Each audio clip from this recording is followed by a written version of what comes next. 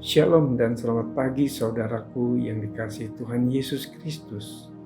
Puji syukur kepada Tuhan, pagi ini kita dalam keadaan baik, sehat, penuh sukacita dan damai sejahtera serta berkat Tuhan melimpah.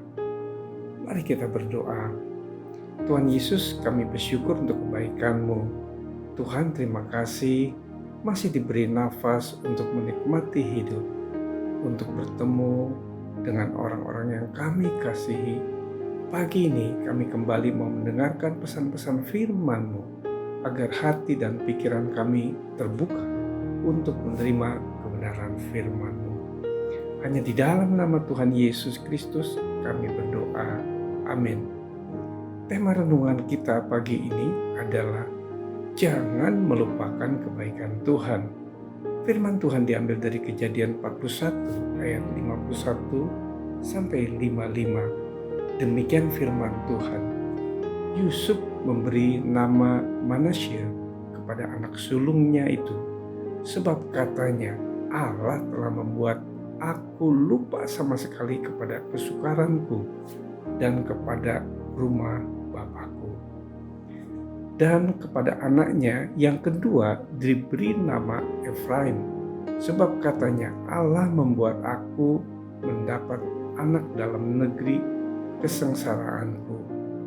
Setelah lewat 7 tahun kelimpahan yang ada di tanah Mesir itu, mulailah datang 7 tahun kelaparan, seperti yang telah dikatakan Yusuf.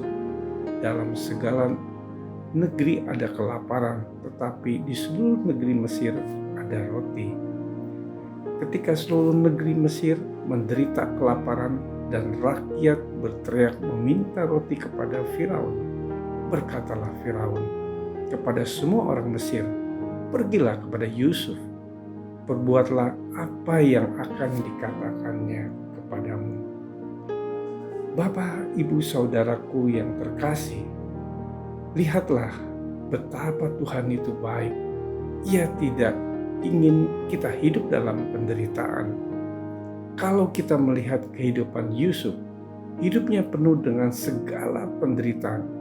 Mulai dari dia dibenci oleh saudara-saudaranya, dibuang ke sumur kosong, dijual, difitnah, dipenjarakan, dan dilupakan. Tetapi Yusuf memiliki tekad yang bulat untuk melupakan semua penderitaannya itu. Terbukti ia memberi nama kepada Manasye kepada anaknya. Adapun arti Manasye adalah melupakan. Yusuf memberi nama Manasye kepada anak sulungnya itu, sebab katanya, Allah telah membuat aku lupa sama sekali kepada kesukaranku dan kepada rumah Bapakku. Penderitaan apa yang saudara hadapi selama ini? Tuhan ingin kita melupakannya, sebab Tuhan sedang merancangkan sesuatu yang lebih indah dalam hidup kita. Sebab aku ini mengetahui rancangan-rancangan apa yang ada padaku mengenai kamu. Demikian firman Tuhan, yaitu rancangan damai sejahtera dan bukan rancangan kecelakaan, untuk memberikan kepadamu hari depan yang penuh harapan. Dan satu hal yang Tuhan rindukan dari kita adalah jangan sampai kita melupakan segala kebaikannya.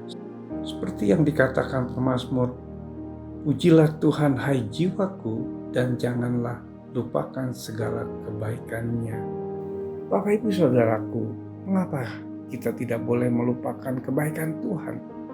Sebab bila kita mengingat kebaikan Tuhan, maka kita akan bersyukur kepada Tuhan. Daud pun adalah sosok kehidupan yang sudah banyak mengalami kebaikan Tuhan, sehingga dalam hidupnya Daud selalu menuliskan kebaikan Tuhan. Namun kebaikan yang diterima oleh Daud juga akan diterima oleh kita. Tuhan yang memuaskan hasratmu dengan kebaikan. Tuhan sudah memuaskan kita dengan kebaikannya. Jangan sampai kita melupakannya. Kita percaya kita semua pasti sudah banyak menerima kebaikan Tuhan. Sebab alangkah limpahnya kebaikan Tuhan seperti yang tercatat dalam Mazmur 31 ayat 20. Alangkah limpahnya kebaikan-Mu yang telah Kau simpan bagi orang yang takut akan Engkau, yang telah Kau lakukan bagi orang yang berlindung padamu di hadapan manusia.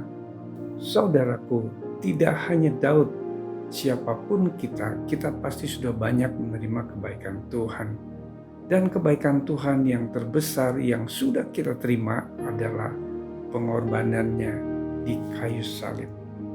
Oleh sebab itu, kecaplah dan lihatlah betapa baik Tuhan itu. Tidak peduli apapun penderitaan yang pernah kita alami, asalkan kita tidak melupakan kebaikan Tuhan, maka hati kita akan selalu berlimpah dengan ucapan syukur. Bapak, Ibu, Saudaraku yang terkasih, pada pagi ini kita selalu mengingat segala kebaikan Tuhan di dalam hidup kita dan mengucap syukur. Mari kita bersatu dalam doa.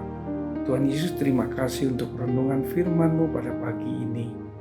Tuhan, kami percaya kepadamu, Engkau selalu memberikan yang terbaik atas pemeliharaan-Mu yang kami alami sepanjang hidup kami. Kiranya Roh Kudus selalu membimbing kami untuk mengingatkan kebaikan Tuhan dan memiliki hati yang taat untuk mendengar dan melakukan firman-Mu. Di dalam nama Tuhan Yesus kami berdoa. Haleluya. Amin. Selamat beraktivitas. Tuhan Yesus memberkati.